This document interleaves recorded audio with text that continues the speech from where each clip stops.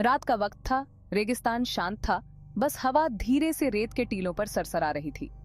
चांदनी रात में एक आदमी अकेला लगातार काम कर रहा था, सदियों पुरानी रेत को हटा रहा था।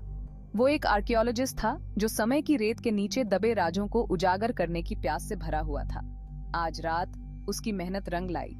सोने की एक चमक उसकी नजर में पड़ी, एक सुराग। हवा इंट्रिग्डता से भर गई। एक मकबरा, हजारों सालों से बंद, अब अपने राज खोलने वाला था। जैसे ही आर्कियोलॉजिस्ट ने पत्थर की आखिरी परत हटाई, मकबरे से बासी हवा का एक झोंका निकला। उसके साथ एक फुसफुसाहट आई, एक भूले हुए समय की एक धुंधली गूंज, जिससे उसकी रीढ़ की हड्डी में सिहरन दौड़ गई। अंदर कौन से रहस्य इंतजार कर रहे थे? प्राचीन इजिप्टवासी मृत्यु के बाद के जीवन में विश्वास करते थे, एक ऐसी यात्रा जो खतरों और संभावनाओं से भरी होती थी। उनका मानना था कि इस यात्रा के लिए शरीर का संरक्षण बहुत जरूरी था। इस प्रकार ममिफिकेशन की कला का जन्म हुआ। मृत्यु को धोखा देने और अमरता हासिल करने के लिए डिजाइन किया गया एक जटिल और पवित्र अनुष्ठान। रेत से आई फुसफुसाहट तो बस शुरुआत थी, रहस्य और आश्चर्य में डूबी एक दुनिया का निमंत्रण।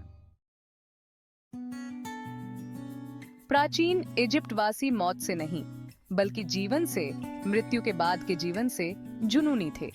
उनका मानना था कि मृत्यु केवल एक परिवर्तन है, एक दूसरे दायरे का द्वार, जहां जीवन एक परिपूर्ण रूप में जारी रहता है। इस यात्रा के लिए मृतक को अपने शरीर की आवश्यकता थी, सड़ने वाले सांसारिक रूप में नहीं, बल्कि संरक्षित शाश्वत रूप में। ममिफिकेशन इसका उत्तर था। कल्पना कीजिए कि आप एक इजिप्टवासी हैं जो नील नदी के किनारे खड़े हैं। जीवन से भरपूर यह नदी जन्म और पुनर्जन्म दोनों का प्रतीक है। इसकी वार्षिक बाढ़ उर्वरता लाती है, भूमि का नवीनीकरण करती है। जिस प्रकार नील नदी ने जीवन को बनाए रखा, उसी प्रकार ममिफिकेशन ने आत्मा का को बाद के जीवन में बनाए रखने का वादा किया। ममिफिकेशन केवल मनुष्यों के लिए नहीं था, जानवरों, विशेष रूप से जिन्हें पवित्र माना जाता था, जैसे बिल्लियां, कुत्ते और मगरमच्छ भी ममिफाइड किए जाते थे। इजिप्ट वासियों का मानना था कि बाद के जीवन में उनकी उपस्थिति देवताओं को प्रसन्न करेगी और एक सहज परिवर्तन सुनिश्चित करेगी। पृथ्वी से एक ममिफाइड प्राणी, चाहे वह मानव हो या जानवर, बाद के जीवन में इजिप्ट वासियों के अटूट विश्वास का प्रमाण था। ममिफिकेशन की प्रक्रिया हमारे फेथों जितनी ही जटिल थी। यह विज्ञान और अध्यात्म के बीच एक नाजुक नृत्य था। प्रक्रिया की शुरुआत अंगों को हटाने से होती थी। मस्तिष्क को नाक के माध्यम से फेंक दिया जाता था। लीवर, फेफड़े, पेट और आंतों को कैनोपिक जार में रखा जाता था।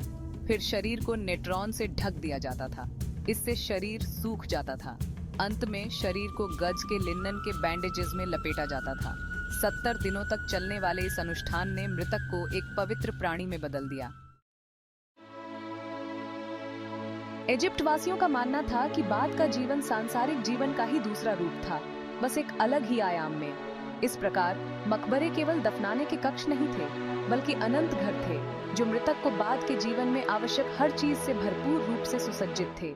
भोजन, कपड़े, फर्नीचर, हथियार, गहने और यहाँ तक कि पालतू जानवरों को भी मम्मी के साथ दफनाया जाता था।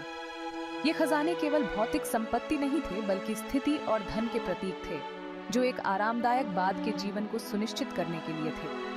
उनका मानना था कि मृतक अपनी सांसारिक संपत्ति को अपने साथ बाद के जीवन में ले जा सकते हैं। एक ऐसे मकबरे में कदम रखने की कल्पना कीजिए, जो मौत के अंधेरे से नहीं, बल्कि जीवन की जीवंत गूंज से भरा हो। सबसे आम प्रसादों में भोजन और पेय पदार्थ थे।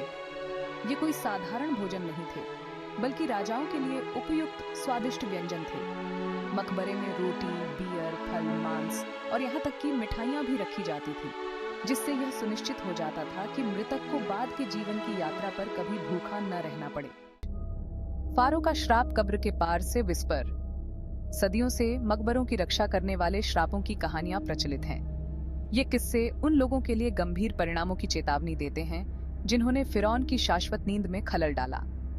किंवदंतियां मकबरों की रखवाली करने वाले छायादार लोगों के बारे में बताती हैं और डिजर्टी हवा में आने वाली फुसफुसाहट के बारे में। सबसे प्रसिद्ध श्रापों में से एक राजा तूतनखामुन के मकबरे से जुड़ा है। जब हॉवर्ड कार्टर ने तूत के मकबरे की खोज की, तो दीवार पर एक ठंडी इंस्क्रिप्शंस ने चेतावनी दी, जो कोई भी राजा की शांति भंग करेगा, उसके पास मृत्यु तेजी से आएगी। खुदाई से जुड़ी अस्पष्टीकृत मौतों की एक श्रृंखला ने किंवदंती को हवा दी।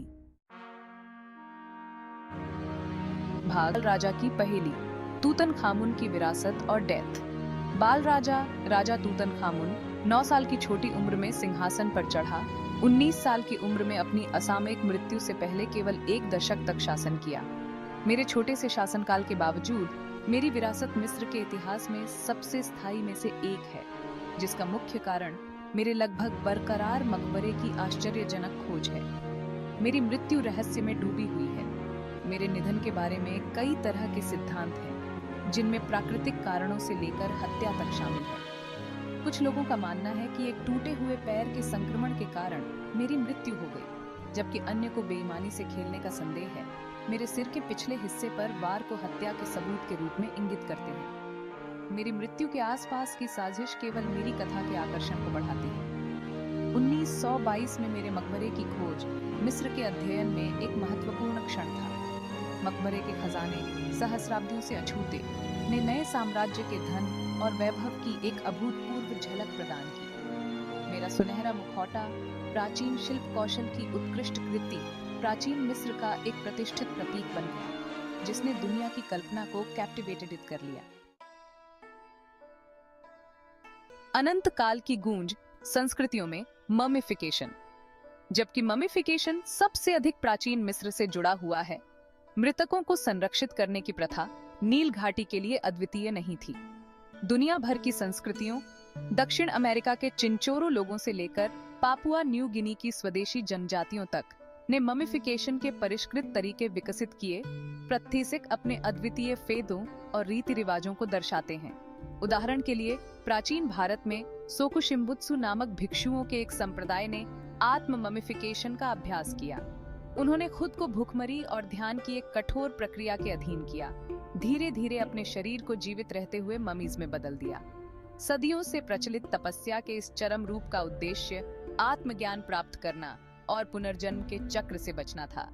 ये विविध उदाहरण मृत्यु को पार करने की मानवीय इच्छा की सार्वभौमिकता को प्रदर्शित करते हैं। शरीर को आत्मा की बाद के जीवन की यात्रा के लिए एक बर्तन के रूप में संरक्षित करने के लिए ममिफिकेशन अपने विभिन्न रूपों में विश्वास की स्थायी शक्ति और मृत्यु के बाद के जीवन के साथ कालातीत आकर्षण का प्रमाण है। अज्ञात का आकर्षण। प्राचीन मिस्र का आकर्षण न केवल इसकी गहनता में है, बल्कि इसके स्थायी रहस्य में भी है। यह एक ऐसी सभ्यता है जो अपने गुप्त प्रतीकों, विशाल स्मारकों और गूढ़ फिरौन के साथ हमें कैप्टिवेटेड करती रहती है। ममिफिकेशन की प्रथा विज्ञान, धर्म और कला के मिश्रण के साथ इजिप्ट वासियों के अनूठे विश्वदृष्टि का प्रमाण है। हजारों साल पुराने एक ममिफाइड हाथ को पकड़ने की कल्पना करें। यह अतीत की एक मूर्त कड़ी है, एक अनुस्मारक है कि हम सभी एक निरंतरता का हिस्सा हैं, जो सहस्राब्दियों पीछे तक फैली हुई है। श्रापों की कहानियां, जबकि अक्सर अंधविश्वास के रूप में खारिज कर दी जाती है, प्राचीन मकबरों की खोज में रोमांच और खतरे का एक तत्व जोड़ती है। तूतनखामुन की मृत्यु का रहस्य, श्रापों की फुसफुसाहट और पिरामिडों का विशाल पैमाना, ये सभी प्राचीन मिस्र के साथ स्थायी आकर्षण में योगदान करते हैं। यह एक ऐसी सभ्यता है जो हमें चौंकाती रहती है। हर नई खोज इसके जटिल टेपेस्ट्री की एक और परत का अनावरण करती है। निष्कर्ष: प्राचीन मिस्र के साथ स्थायी आकर्षण। सदियों बाद पुरातत्वविद को मकबरे में खींचने वाली रेत की फुसफुसाहट वही फुसफुसाहट है जो आज हमें प्राचीन मिस्र की ओर खींचती है। यह रहस्य की फुसफुसाहट है एक ऐसी सभ्यता की जिसने मृत्यु के बाद के जीवन की कल्पना करने की हिम्मत की और इसे प्राप्त करने के लिए असाधारण लंबाई तक गई। ममीज, जो कभी जीवित प्राणी थे, अब मौन कहानीकार हैं। उनके संरक्षित रूप एक बीते युग की कहानियों को फुसफुसाते हैं। वे हमें हमारी अपनी मृत्यु दर की याद दिलाते हैं, जबकि साथ ही साथ हमें कुछ और, हमारी वर्तमान समझ से परे कुछ की संभावना की ओर इशारा करते हैं। जैसे जैसे हम प्राचीन मिस्र के सीक्रेट्सों का पता लगाना जारी रखते हैं, एक बात निश्चित रहती है, इस प्राचीन सभ्यता का आकर्षण, इसकी ममीज, इसके सीक्रेट्सों और अमृता की तलाश के साथ आने वाली पीढ़ियों के लिए हमें कैप्टिवेटेड करता रहेगा।